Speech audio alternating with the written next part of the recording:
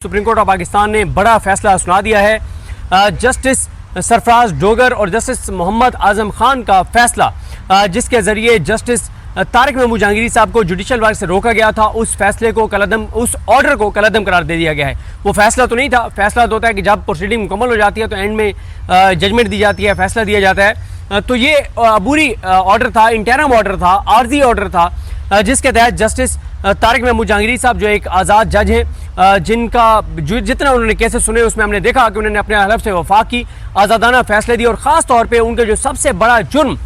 जो अब तक है वो ज़ाहिर है वो फॉर्म 47, फॉर्म 45 वाला मामला, इस्लामाबाद के 3 हलकों के केसेस उन्होंने सुने और जब उनको ट्रिब्यूनल से हटाया गया, जब उनको काम से रोका गया जस्टिस आमिर फारूक साहब की जानिब से, तो उस वक्त एक हफ्ता और उनको मिल जाता तो वो तीनों सीटें पीटीआई को वापस मिल जानी थी। उसकी वजह यह है कि तारिक महमूद जहांगीरी साहब पर, क्योंकि उस दिन मैं कोर्ट रूम में मौजूद था, उन पर इल्ज़ाम ये लगाया गया कि वो बहुत जल्दी में नून लीग से सीटें लेकर पीटीआई को देने में और वो तेज़ी से ट्रायल चला रहे हैं। तो उन्होंने अगली समात पर नून लीग के तीनों एमएनएस मौजूद थे, फॉर्म 47 के उनके वकला मौजूद थे और उन्होंने जो इलेक्शन एक्ट है उसको पढ़ाया। उनका खुद पढ़ो, इलेक्शन एक्ट को पढ़ाया, उसके अंदर लिखा हुआ था कि 7 दिन में आपने इस केस को कंक्लूड करना है, मैक्सिमम 2 या 3 आप एडजमेंट्स दे सकते हैं जुर्माने के साथ। उन्होंने कहा कि मैं अगर कानून से हट के कोई काम कर रहा हूं तो मुझे बताओ, लेकिन असल जो उनके ऊपर मसला बन गया था वो ये बन गया था, उन्होंने इलेक्शन कमीशन को कहा, उन्होंने आरओस को कहा, उन्होंने जितना इलेक्शन के अंदर ब्यूरोक्रेट्स इन्वॉल्व थे उनको कहा, नून लीग के एमएनएस को कहा, पीटीआई के एमएनएस को कहा, पीटीआई के उम्मीदवारों को कहा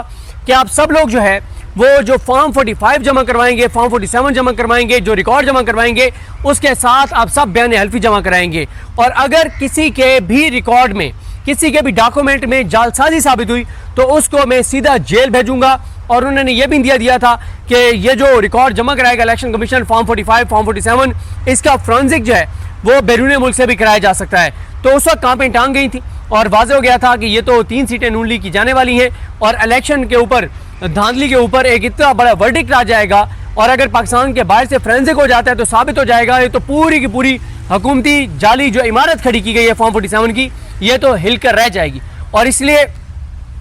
तारिक महमूद जहांगीरी साहब के खिलाफ जो है वो काम शुरू हुआ और तारिक महमूद जहांगीरी साहब को काम से रोका गया और तब से उनके खिलाफ चीज़ें हुई। फिर वो उन 6 जजेस में शामिल थे जिन्होंने ख़त लिखा था,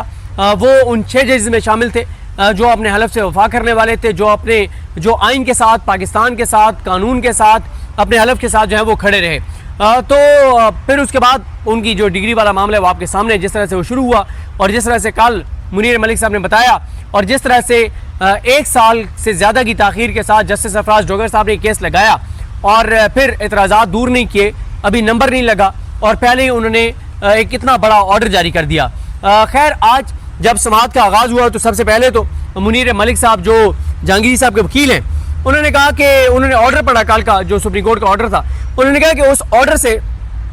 एक तासुर मिल रहा है कि मैं इस बात से इत्तफाक करता हूँ कि हाई कोर्ट के जज के खिलाफ किसी भी हाई कोर्ट के अंदर को वारंटों की जो रिट है वो काबिल समाअत है। यानी उन्होंने कहा कि आपके ऑर्डर से तासुर जा रहा है कि मैंने इस बात से इत्तफाक किया है, मैं ये बात मानता हूँ कि किसी भी हाई कोर्ट के अंदर उस हाई कोर्ट या किसी और हाई कोर्ट के जज के खिलाफ जो रिट है, यानी जो वारंटों की रिट है तो उसको ओहदे से हटाने की, वो जो है काबिल समाअत है। तो उन्होंने कहा मैं ऐसा नहीं समझता, मैं जो है वो ये समझता हूँ कि ये किसी भी हाई कोर्ट के जज को या सुप्रीम कोर्ट के जज को वो हाई कोर्ट या वो ख़ास तौर पे हाई कोर्ट की बात हो रही है वो काम से नहीं रोक सकती, बल्कि जो जजेस के एहतसाब का फोरम है सुप्रीम जुडिशल काउंसिल, वही काम से रोक सकती है। उसके बाद उन्होंने कहा कि असद अली केस में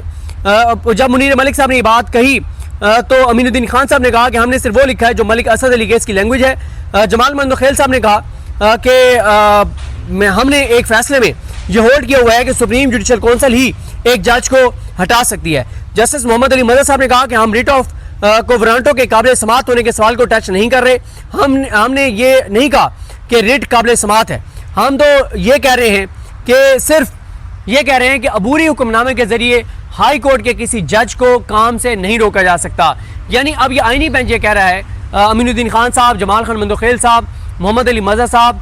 हसन अजहर रिजवी साहब और शाहिद बिलाल हसन साहब वो ये कह रहे हैं कि हम ये मामला दोबारा हाई कोर्ट को भेज रहे हैं। हाई कोर्ट का वो फैसला कलअदम, वो ऑर्डर कलअदम, फैसला नहीं ऑर्डर कलअदम, जिसके तहत जहांगीरी साहब को काम से रोका गया, लेकिन हम हाई कोर्ट को कह रहे हैं कि आप ये फैसला करें कि किसी जज के खिलाफ कोवरांटो में रिट जारी हो सकती है नहीं हो सकती, कोई फैसला हो सकता है नहीं हो सकता। जब वो फैसला होगा तो अगर जो भी उसका जिसको भी इस फैसले से खिलाफ होगा, जो मुतासर फरीक होगा, वो आईनी बेंच के सामने दोबारा आ जाएगा तो फिर इस पर फैसला होगा। अभी सिर्फ इस हद तक उन्होंने फैसला दिया है कि किसी भी जज के खिलाफ आर्जी ऑर्डर के जरिए, आर्जी हुक्म के जरिए जो है उसको काम से नहीं रोका जा सकता। फिर इसी तरह से जो जमाल खान मंदोखेल साहब हैं, उन्होंने मुनीर मलिक साहब से पूछा कि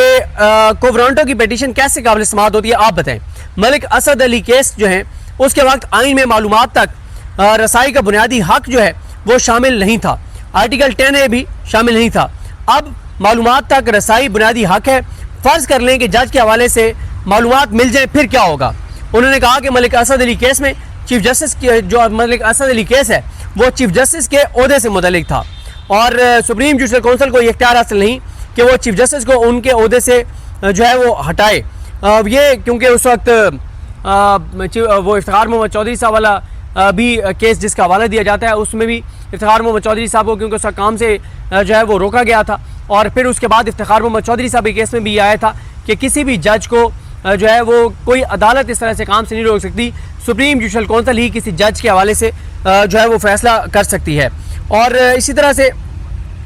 जमाल खान मंदोखेल साहब ने कहा कि हाई कोर्ट में दायर की गई रिट में कहा गया है कि हाई कोर्ट और सुप्रीम कोर्ट के जजेस सर्विस ऑफ पाकिस्तान में आते हैं। हालांकि आइन के मुताबिक जजेस जो हैं वो पब्लिक ऑफिस होल्डर नहीं होते। जस्टिस जमाल खान मंदोखेल ने कहा कि ये वो सारी बातें हैं, हाई कोर्ट में जब मेरिट पर केस चलेगा तो जेर बहस आ सकती हैं। हम मौजूदा केस में जानबूझकर मेरिट पर नहीं जाना चाहते। जस्टिस मोहम्मद अली मजहर ने कहा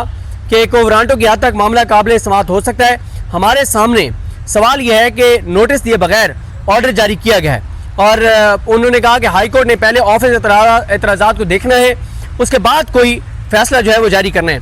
जो यहाँ पे पिटिशनर थे हाई कोर्ट में इनके खिलाफ, जहांगीरी साहब के खिलाफ, वो आज कमरा अदालत मौजूद नहीं थे, वो वीडियो लिंक पर थे, मियां दाऊद। उनको मंदोखेल साहब ने कहा कि इतना अहम केस है और आप लाहौर चले गए हैं। तो खैर उसके बाद अटॉर्नी जनरल पाकिस्तान पेश हुए, उनसे पूछा गया कि क्या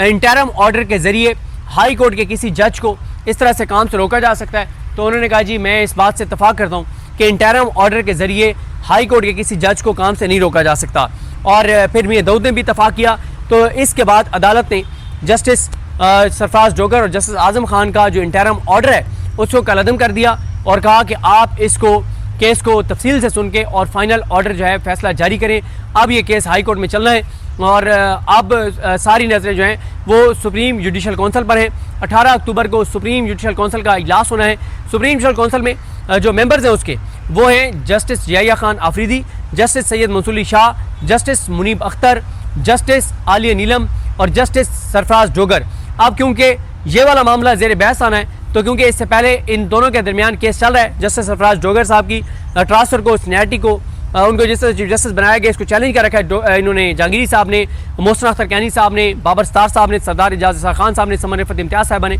तो इसलिए इम्कान ये है कि जस्टिस सरफराज डोगर इसमें नहीं बैठेंगे और जस्टिस रोज़ी खान जो हैं जो बलूचिस्तान हाई कोर्ट के चीफ जस्टिस हैं वो बैठेंगे। और इसका तरीक़ाकार ये होता है कि जब भी किसी जज के खिलाफ कोई शिकायत आती है सुप्रीम जुडिशल काउंसिल में तो जो चेयरमैन होते हैं यानी यहाँ पे याहिया खान साहब हैं तो वो सुप्रीम कोर्ट के ही एक जज को वो ये मामला, जो मेंबर हैं सुप्रीम जुडिशल काउंसिल के, उनको ये मामला देते हैं और कहते हैं कि आप अपनी पहले राय दें और आप रिपोर्ट दें कि क्या ये शिकायत काबिल समाअत भी है या नहीं है। तो अब अगर वो मंसूर अली शाह साहब को देते हैं, मुनीब अख्तर साहब को देते हैं तो वो तो ज़ाहिर है क्लियर है इस हवाले से, वो तो अपने हलफ के साथ खड़े हैं, वो तो बड़े क्लियर हैं, आइन के ऊपर उनकी दोनों की क्लैरिटी है, कानून के ऊपर क्लैरिटी है और लाइक जज हैं, वो दोनों तो ये कहेंगे कि ये काबिल समाअत ही नहीं है।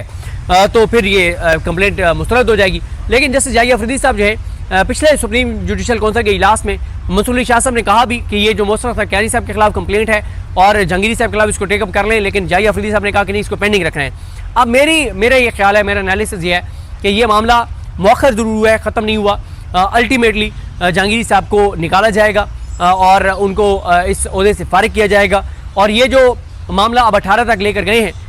ये जस्टिस जाहिया अफरीदी साहब भी और ये आइनी बेंच ने भी आज मामला दोबारा हाई कोर्ट को भेजा और हाई कोर्ट ने भी 21 अक्टूबर तक ये मामला एडजर्न किया था, गो कि आप शायद वो जल्दी समाअत के लिए मुकर्रर कर दें। लेकिन ये सारे मामलात इसलिए आगे ले जाए जा रहे हैं कि 15-16 अक्टूबर को सुप्रीम कोर्ट बार के इलेक्शन है और सुप्रीम कोर्ट बार में जो हुकूमती ग्रुप है उन्होंने हुकूमत को ये कहा है कि आप लोगों ने क्या अहमकाना काम किया है कि ये आपने जहांगीरी साहब को जो काम से रुकवाया है और ये सारा कुछ आपने जो करवाया है, इससे हम इलेक्शन हार जाएंगे सुप्रीम कोर्ट बार का। और जो हामिद खान ग्रुप है जो तहरीक इंसाफ के जिनको तहरीक इंसाफ सपोर्ट कर रही है, तौफीक आसिफ भट्ट साहब, ये तो जीत जाएंगे। तो ये आपने क्या हमाकत किया है? इससे तो एक जेन्युइन वकला तहरीक शुरू हो सकती है। ये 5 जज जो हैं वो रजिस्ट कर सकते हैं, बहुत कुछ हो सकता है। तो इसलिए अब जस्टिस जाहिया अफरीदी साहब भी ये मामला 18 अक्टूबर पर ले गए हैं। हाई कोर्ट ने पहले ही मामला 21 अक्टूबर को रखा हुआ है और आईनी बेंच ने भी आज जहांगीरी साहब को बहाल कर दिया है मुस्तकिल तौर पर। कि पहले तो कल तो सिर्फ सस्पेंड किया था ना इनका ऑर्डर जो जस्टिस सरफराज डोगर का था, आज तो कलअदम कर दिया, ख़त्म कर दिया। तो इस सब का मकसद ये है कि सुप्रीम कोर्ट बार के इलेक्शन हो जाए, सुप्रीम कोर्ट बार के इलेक्शन नून लीग जीत जाए, पीपल्स पार्टी और ये सिस्टम ये सब जो सपोर्ट कर रहे हैं जीत जाए। क्योंकि इस वक्त वकला जो है ना उनको ये बताया जा रहा है कि आपको जो प्लाट दिया गया है और उसके बाद जो DHA से मुआहदा हुआ है तो आपका अब हर प्लाट जो है वो 2.5-3 करोड़ का हो गया है। तो अब फैसला वोट देने वाले सुप्रीम कोर्ट बार के वकला ने करना, सुप्रीम कोर्ट बार के मेंबर्स ने करना है जिन्होंने वोट देना है कि क्या वो अपने 2.5-3 करोड़ को देखेंगे या आइन को देखेंगे, जमहूरियत को देखेंगे, पाकिस्तान को देखेंगे, इंसानी हकूक़ को देखेंगे, इन चीज़ों को देखेंगे। ये फैसला उन जो सुप्रीम कोर्ट के जो वकील हैं जिन्होंने वोट डालना है, ये फैसला उन्होंने करना है। तो बहरहाल जी जहांगीरी साहब की ये बहुत बड़ी फतह है कि जस्टिस सरफराज डोगर और जस्टिस आज़म खान का जो फैसला है उसको जो पिटिशनर उनके सामने थे मियां दाऊद, उन्होंने भी कहा कि इन्होंने गलत काम किया है, गैर आईनी गैर कानूनी काम किया। दोनों जजेस ने, जो अटॉर्नी जनरल है उन्होंने भी कहा है कि जस्टिस सरफराज डोगर और जस्टिस आज़म खान इन्होंने गैर आईनी गैर कानूनी काम किया है। तो अब सवाल ये है कि मसला यही है कि बात यह है कि आपने उनके फैसले तो कलअदम कर दिए और नज़र आ रहा है सारे पाकिस्तान को, तमाम जजेस को, तमाम वकला को कि उन्होंने गैर आईनी गैर कानूनी काम किया। लेकिन सवाल यह है कि आपने उसके ऊपर क्या आप उसके ऊपर कर रहे हैं, जिसे कहते हैं कि आप उन जजेस के खिलाफ क्या करेंगे? उनके खिलाफ भी तो कोई कार्रवाई होनी चाहिए। असल सवाल तो यह है कि उन जजेस के खिलाफ क्या होगा जिन्होंने गैर आईनी गैर कानूनी फैसला जो है वो दिया है। बहरहाल जी जहांगीरी साहब की बड़ी फतह है, लेकिन मैंने आपको बता दिया कि ये सब कुछ आर्जी तौर पर है। ये चीज़ें सिर्फ ये मौखर हुई हैं। अल्टीमेटली आप देखेंगे कि जस्टिस तारिक महमूद जहांगीरी साहब को ओहदे से हटाया जाएगा और जहांगीरी साहब के बाद जो है वो आप देखेंगे कि जो बाबर सत्तार साहब हैं, मोहसिन तकियानी साहब हैं, सरदार एजाज खान साहब हैं, समन रिफत इम्तियाज़ साहब हैं, इनको भी ओहदों से फारिग जो है वो किया जाएगा। क्योंकि जजेस अफोर्ड नहीं हो रहे, क्योंकि ये जजेस अपने हलफ के मुताबिक काम कर रहे हैं और इसलिए ये इन जजेस से बहुत बड़ा एक मसला है हुकूमत को। और इसलिए तकरीरें भी इनके खिलाफ होती हैं, पार्लियामेंट में भी तकरीरें होती हैं, करारदादें भी आती हैं, इल्ज़ामात भी लगते हैं। तो देखते हैं जी चीज़ें कैसे आगे बढ़ती हैं। मुझे अपनी दुआ में याद रखें। लेकिन हम सब कहा में नासरो। अल्लाह हाफ़िज़।